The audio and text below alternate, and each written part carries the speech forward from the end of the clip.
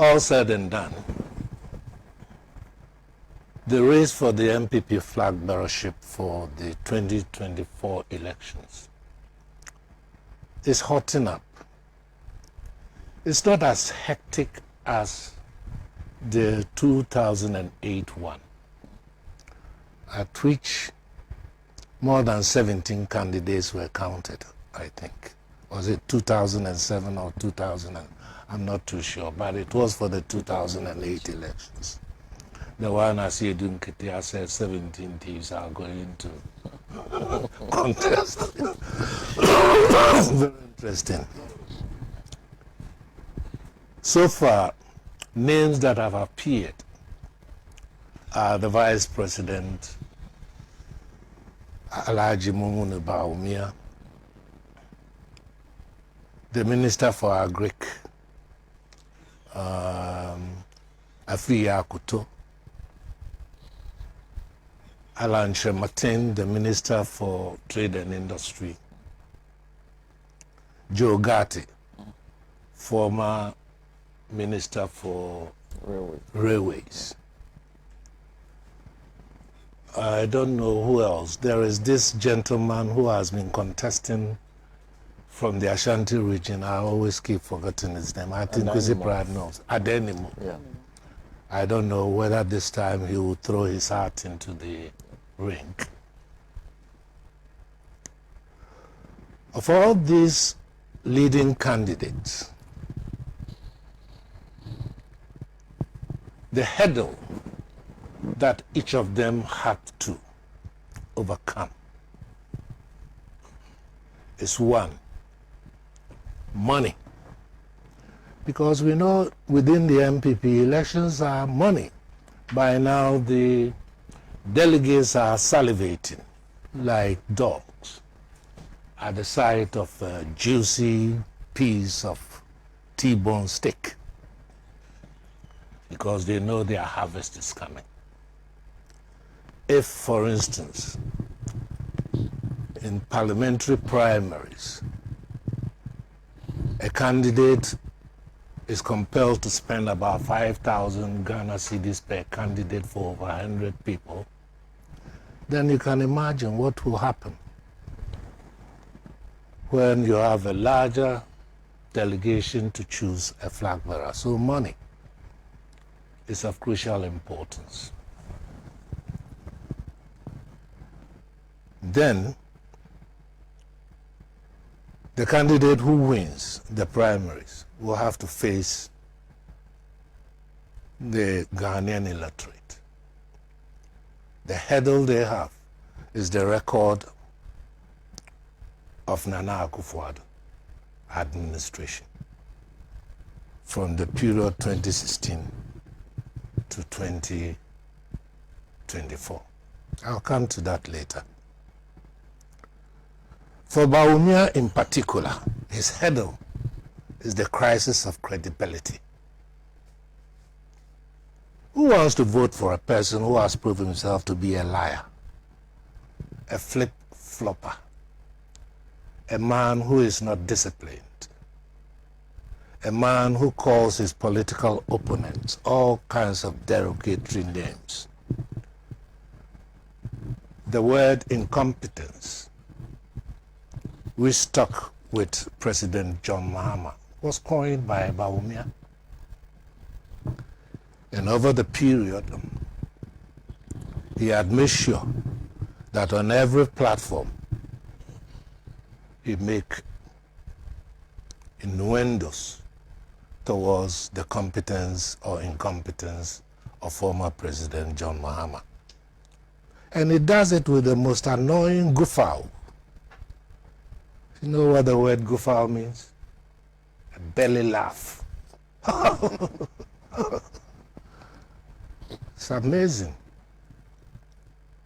But this is a man who has managed Akufo-Addo's economic management team since 2017. And is full of ideational contradictions.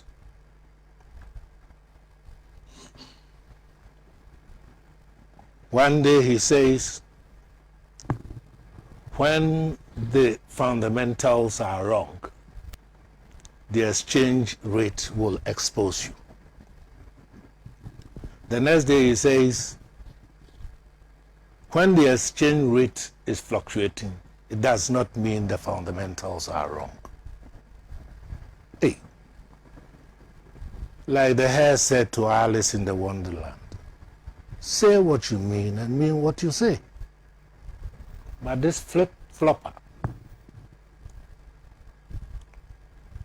self-styled or acclaimed to be an economic whiz kid of the NPP, is so inconsistent. I recall not too long ago when the issue of Ghana's national indebtedness came to the forefront of discussion. Dr. Bawumia said, even though we have borrowed in nominal terms more than the NDC,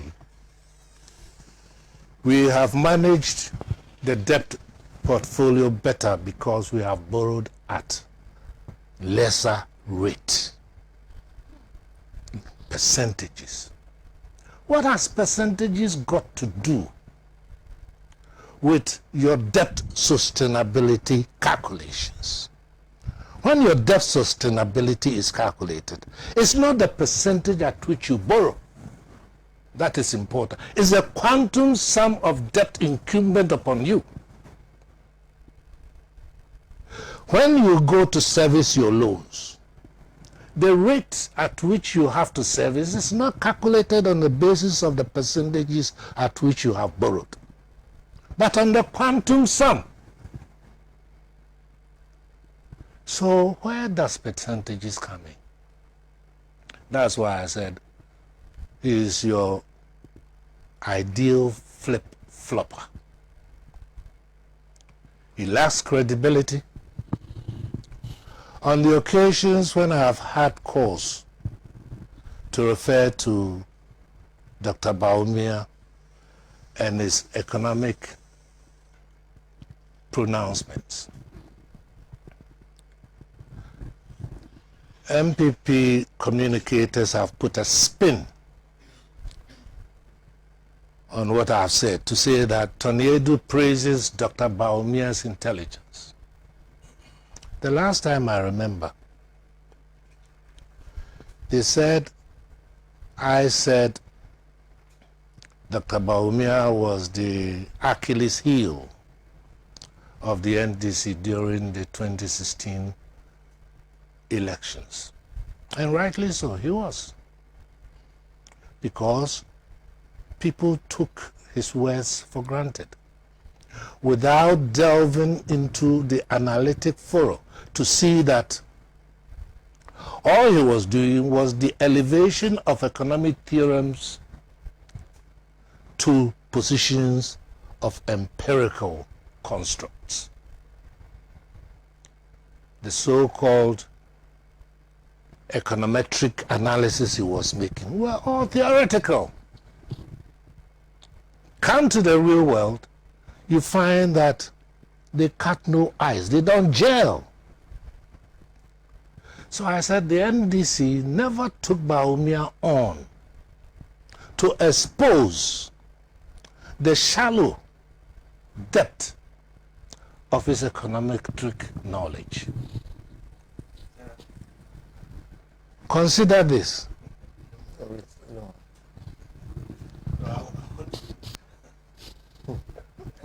Philip, you have a point. Allow me at a point. Yeah, okay. Yeah. You come in. What? Yeah. So I think let him. I know when it's my turn, I can do whatever. But I'm asking you to allow me at some point. So you can go ahead. Oh, okay. Please don't continue. Now he's put me off stride. Anyway, I said his credentials as an economist only terminates at the point at which He's adept in moving theoretical propositions to the position of empirical constructs. But when the empirical situation is confronted, we find that those theories do not gel at all. There is no relevance.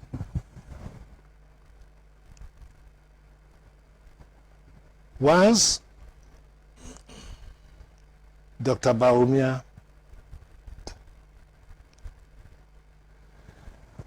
gets on the campaign trail, I believe he is going to campaign on the record of Nana Akufo-Addo. Likewise, Alan Martin and others. Let us examine the record of Nana Akufo-Addo over the past 5 years. I state unequivocally that what Ghana has experienced over the past 5 years is a neo-fascist governance of the country, in which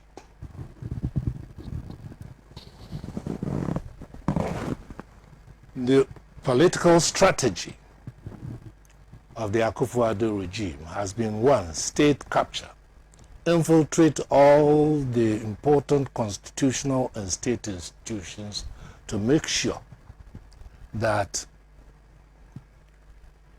they toe the line of the government in power. We have seen that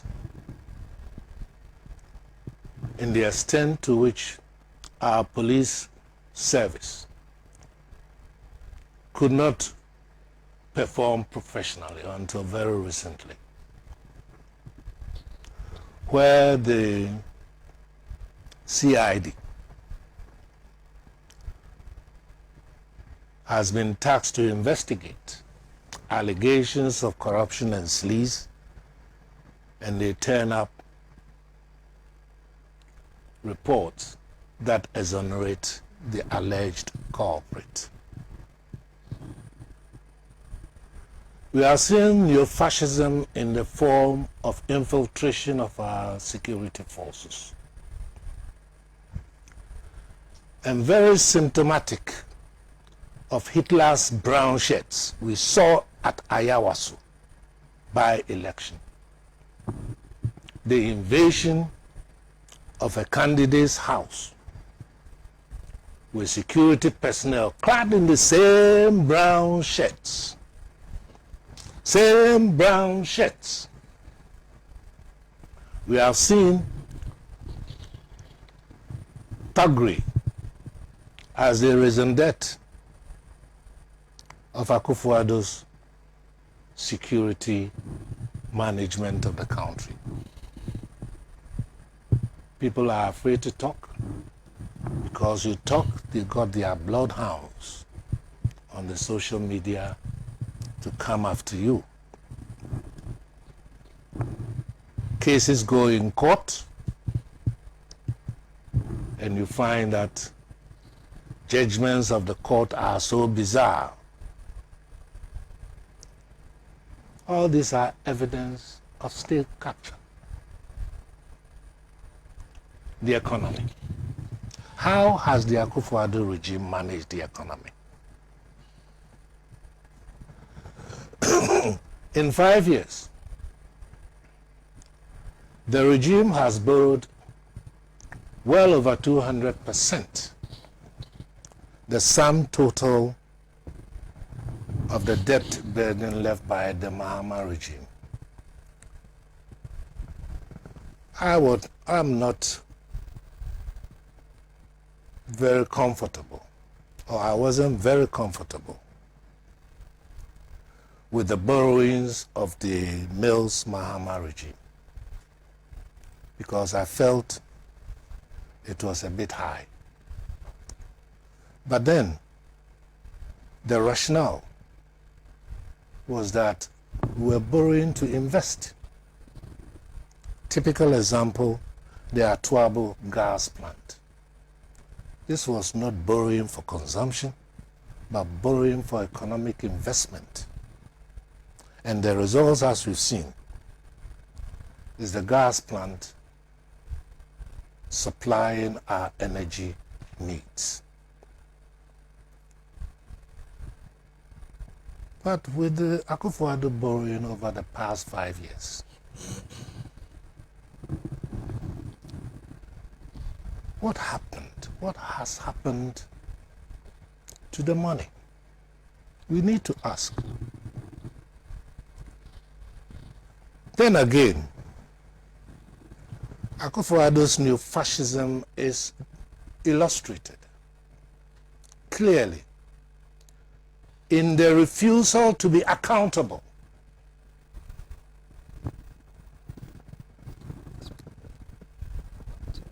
There are so many cases that have come to the floor of Parliament for accountability of the regime. For instance, his travel itinerary, the hiring. In fact, I don't think it's hiring, it's leasing. It's leased and therefore committed to a contract for a period of a luxurious private jet, for which the allegation is that it costs us, the taxpayer, $14,000 per hour. And when a question is put to three ministers, the defense minister, the finance minister, and the security minister, they all refuse to account, saying it's a security issue. Since when did presidential travels become a security issue? When we know when the president left the country, by what means he left the country, when he returned, those are not security issues. But the cost is a security issue. What kind of contradiction is that? The points I'm making is that whoever wins the NPP Flagbearership will have to go to the country for the popular electoral vote. And we'll have to fight on the platform of the performance record of Nana Akufo-Addo and this administration. And I'm giving out the whole essence of the administration. And therefore, the hurdle confronting the potential winner of the NPP Flagbearership. I haven't deviated. I'm on course. Yes, I am on course. Because I'm not speculating. We're talking about real empirical events that have taken place. Is it not a fact? You asked me to answer. No. I'm just throwing it to the air. Okay. Is it not a fact? Then I'll hold on for now. Is it not a fact that this regime has borrowed over 230 billion Ghana cedis since its inception, bringing our national debt to about 350? Is it not a fact? Is it not a fact that Dr. Bawumia tried to rationalize this in terms of debt management as we have borrowed at a small rate of increase? And I'm saying, when it comes to the determination of your debt sustainability status, in terms of your capacity to repay the loan, it's not the rate at which you have borrowed that is significant. It's the quantum sum and the calculation of the percentage that you have to pay in interest payments is not on the rate of your borrowing, but on the quantum sum.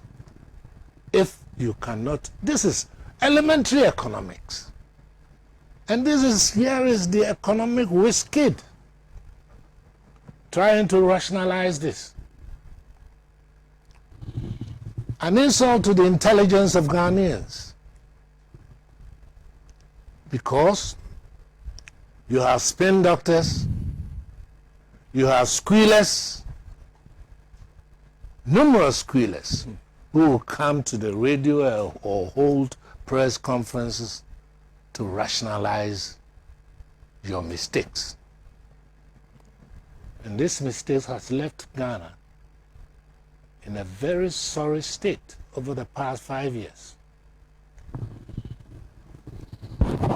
Why is the government, for instance, so keen on passing the e-levy, of which results will only give you about 6 billion or so?